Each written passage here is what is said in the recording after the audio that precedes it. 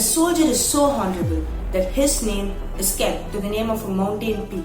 A soldier who is so brave enough that he sacrificed his life to save another soldier. A soldier who is a true hero behind the Kargil War.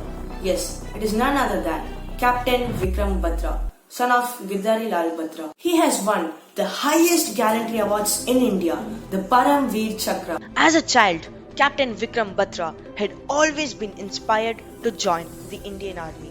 He attended DAV College, Chandigarh, where he had joined the National Cadet Corps (NCC). During the interstate NCC camp, he was adjudged the best NCC cadet air wing, and he even attended and marched at the Republic Day parade.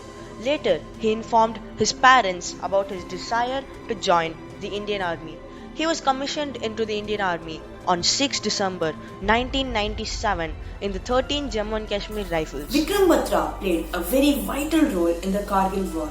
So basically the Kargil War started when a shepherd lost his yak, and in search of the yak, he found Pakistani intruders in India. He immediately informed this to the Indian Army. India's aim here was to capture the point 5140 in the Tololing mountain. This task was assigned to Lieutenant Colonel Yogesh Kumar Joshi, and after this, two teams were divided. One in the leadership of Lieutenant Sanjay Singh and other in the leadership of the Shershaw, Vikram Batra. Now, both the teams had to choose their success codes. So if this mission was successful, these success codes will be said. Success signal, हुआ आया, which was passed to our Colonel Joshi on the radio said. After that, another bunker was captured. My company's success signal was "Ye dil mange bol." In 28th June, they captured the point 5140. At that time, what Vikram Batra told to his father was, "Daddy, I have captured."